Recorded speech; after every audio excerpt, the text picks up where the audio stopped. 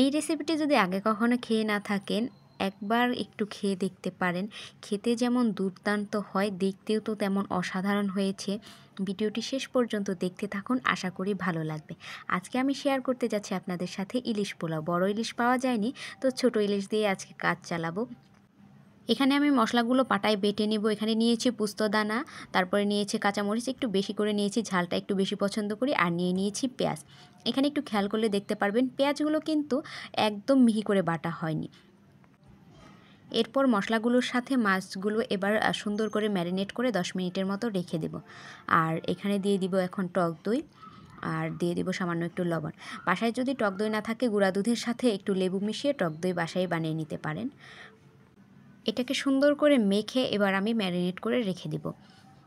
আর পোস্তদানা পেস্ট করার জন্য কিন্তু পাটাতেই ভালো হয়। এবার আমি কড়াইয়ের মধ্যে সরিষার তেলের মধ্যে পেঁয়াজ কুচি দিয়ে দিয়েছি। এটাকে আমি ভাজতে থাকবো যে পর্যন্ত বাদামি না হয়। এখান থেকে অর্ধেকটা বেরেস্তার জন্য তুলে রাখবো, আর অর্ধেকটা দিয়েই মাছটা কষাবো। এবার দেখুন এই পর্যায়ে কিন্তু বাদামি রঙের হয়ে গেছে পেঁয়াজটা। এবার বাটিতে একটু কিছুটা তুলে রাখবো, চিনি মিশিয়ে রেখেছি যাতে একটু মচমচে থাকে। এবার সেই বাকি অর্ধেক পেঁয়াজটুকুর মধ্যে ম্যারিনেট করা মাছগুলো এবার দিয়ে ভালো করে একটু কষিয়ে নেব। তারপরে এখানে যে পাত্রে আমি রেখেছিলাম সেই পাত্রটা ধুয়ে একটু জল দিয়ে দিয়ে এটাকে ভালো করে কষিয়ে নেব। যেহেতু ছোট মাছ, এটাকে একটু অল্প রান্না করলেই হয়ে যাবে। এটাকে আমি ভাপিয়ে একটু কষিয়ে রান্না করে নেব। এটা থেকে যখন দেখব যে একটু তেল ছেড়ে দিয়েছে, তখনই মাছগুলো তুলে রেখে দেব আলাদা করে। দেখুন এই যে এইবার এখন আমি মাছগুলোকে আলাদা করে তুলে রাখছি। ছোট মাছ তো, এটা বেশি নাড়াচাড়া করা যাবে না, ভেঙে যেতে পারে।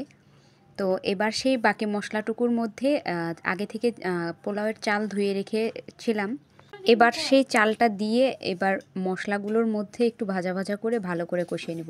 এই পর্যায়ে এখন আমি চালের মধ্যে এলাচ, দারচিনি আর তেজপাতা দিয়ে দিচ্ছি। এরপরে একটু আদা আর রসুনের পেস্ট দিয়ে দিলাম। এবার ভালো করে এটাকে ভাজা ভাজা করে নেব। তারপরে ভাজা হয়ে গেলে এর মধ্যে চাল যে পরিমাণে নিয়েছি তার দ্বিগুণ পরিমাণে জল দিয়ে দিব। জল দিয়ে ভালো করে নেড়ে চেড়ে এবার সেই জলের মধ্যে আস্তা কাঁচামরিচ, তারপরে একটু গুঁড়া দুধ আর লবণ দিয়ে এবার ঢাকা দিয়ে দিব। এই পর্যায়ে চালটা ফুটে গেলেই তার উপরে মাছ দিয়ে দেওয়া যায়, কিন্তু যেহেতু ছোট মাছ, এর জন্য পুরাপুরি সিদ্ধ হয়ে যাওয়ার পরে আমি মাছগুলোকে দিয়েছি।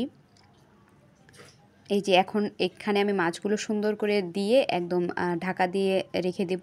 আর এখানে একদম জালটা, আঁচটা একদম লোতে রেখে দেব, চুলার জাল।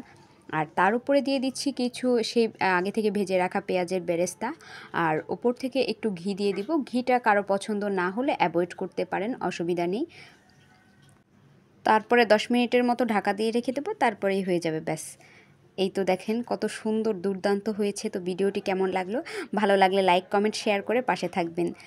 তো আজকের মতো এই পর্যন্ত, দেখা হবে অন্য দিন।